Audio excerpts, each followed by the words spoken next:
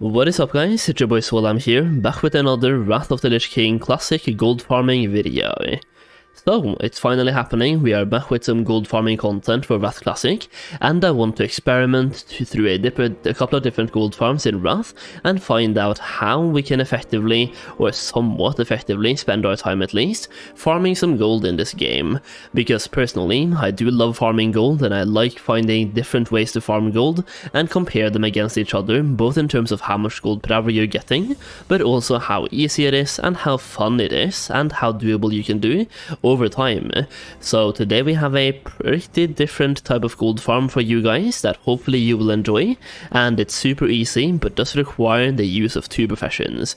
Before that though, I do want to say a massive thank you to everyone who's picked up my WOTLK Classic Gold Guide recently, and if you haven't picked it up and you want to know more about it, it is a gold guide for WOTLK Classic that I've made myself from scratch that you can find a link to down below.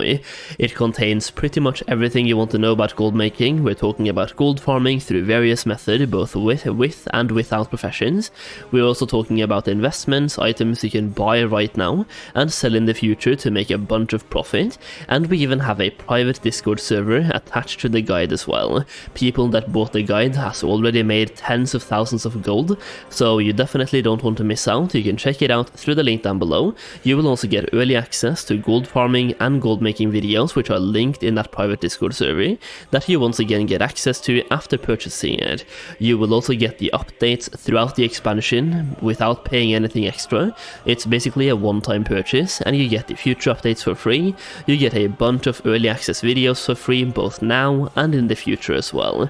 Definitely, once again, check it out. Link is down below. And with that being said, let's take a look at today's gold farm. So for today we have a Herbalism and Mining gold farm, but it's kind of different compared to Wrath of the Lich King Classic, and we are going back to the previous expansion. So the expansion we pretty much moved on from half a year ago, and we're going back to the Burning Crusade.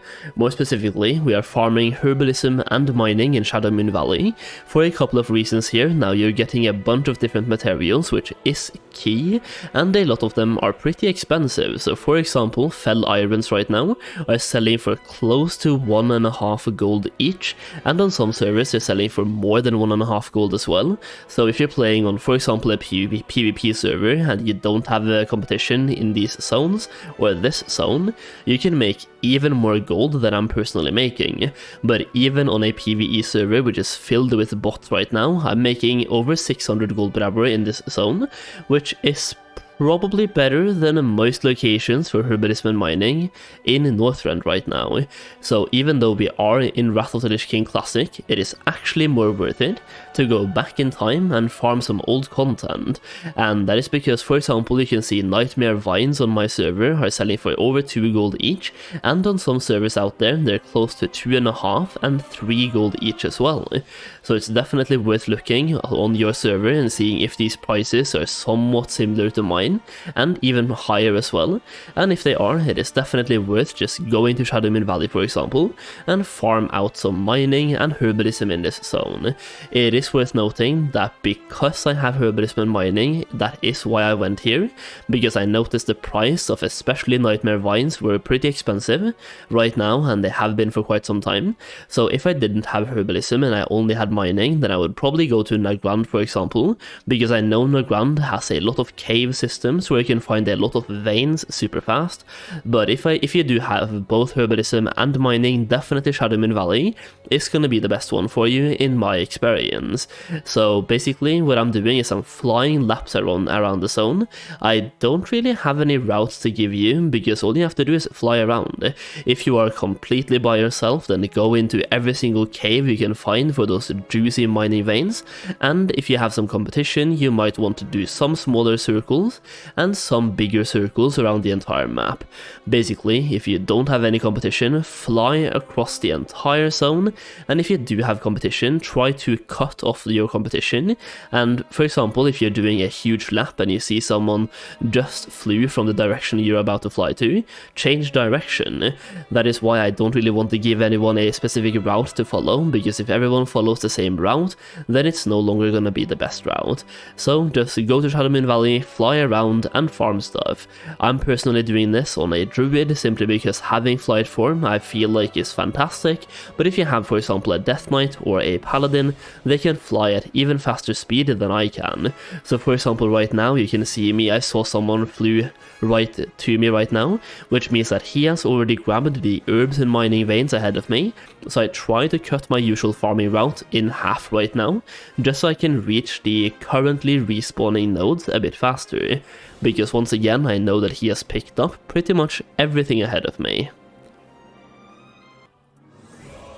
So personally, I farmed here for 1 hour during the Loot Appraiser challenge up on the top left corner of the screen, where you can see the current values of everything I've picked up, as well as how long I've been farming, where I've been farming, and the total looted item value. So far the total item looted value has been 635 gold, and I do believe we're going to be ending the test on roughly 650 gold, so we're getting 15 more gold by finding yeah, there we go, 650 gold. So easy 650 gold by just flying around gathering stuff, which I do believe is currently more than you're making in most northern zones by doing the same strategy, simply because bots are flying around and they're grabbing a lot of stuff, and the prices of current northern herbs and mining veins have really been plummeting. But the reason people are buying these ones, for example, is that people are skilling up professions, and when you're skilling up, for example, jewel crafting, you need specific gems and specific ores and specific bars from the Burning Crusade expansion. Same thing goes for alchemy, for example. When skilling up alchemy, you need specific herbs from the Burning Crusade expansion to get those skill points.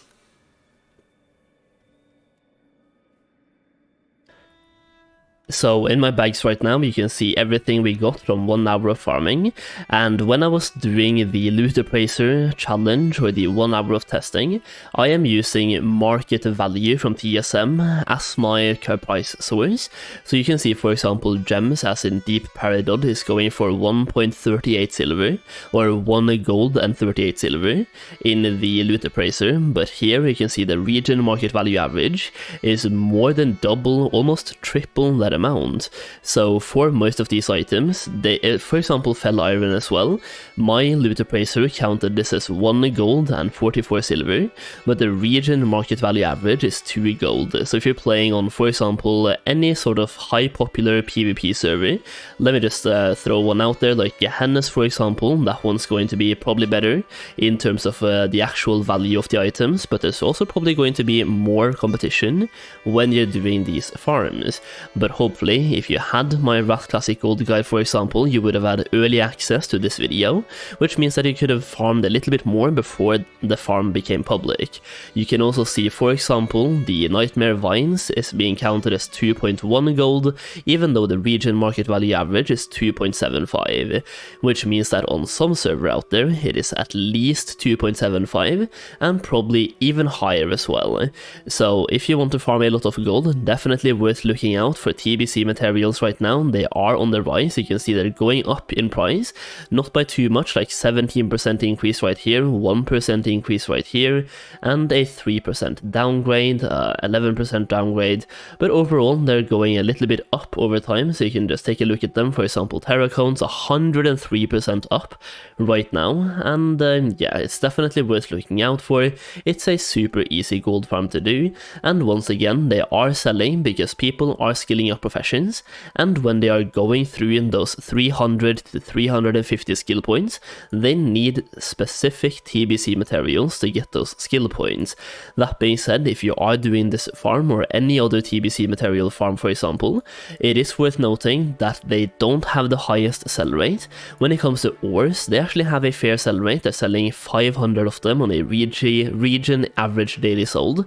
So you can see, for example, Adamantite ore has 533, Fell Iron has 386, but when it comes to Nightmare Vines, they only have 33, and when it comes to Terracones, they only have 52.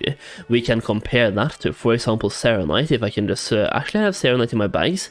So when it comes to the selling point of ores, Adamantite has 533, Serenite has 6.2k.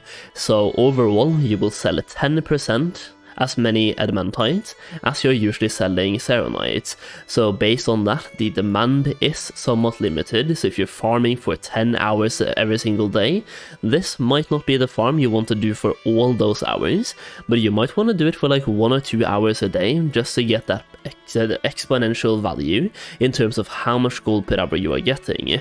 But if you're farming all day every single day, you might want to do some other farms than this one explicitly, and that is also why it currently has the value it has. When it comes to Wrath of the Lich King Classic Goldfarms, for example, bots are farming selenite because they have a high sell rate. They can't farm these adamantites because they don't have the same sell rate, so if a bot is farming adamantite 24/7, it's gonna have problems offloading all of those materials. So this is a somewhat bot-proof farm. You can farm here and get more value for your time spent, basically. Either way, that is a long video about farming, but hopefully it was educational for some of you, and if you want to make some gold in Wrath Classic, definitely go and check it out and let me know in the comment section down below how much gold per hour you got if you decided to give it a go. I hope you enjoyed the video. If you did, leave a like, leave a sub. Thank you so much for watching, and as always, I'll see you again very soon.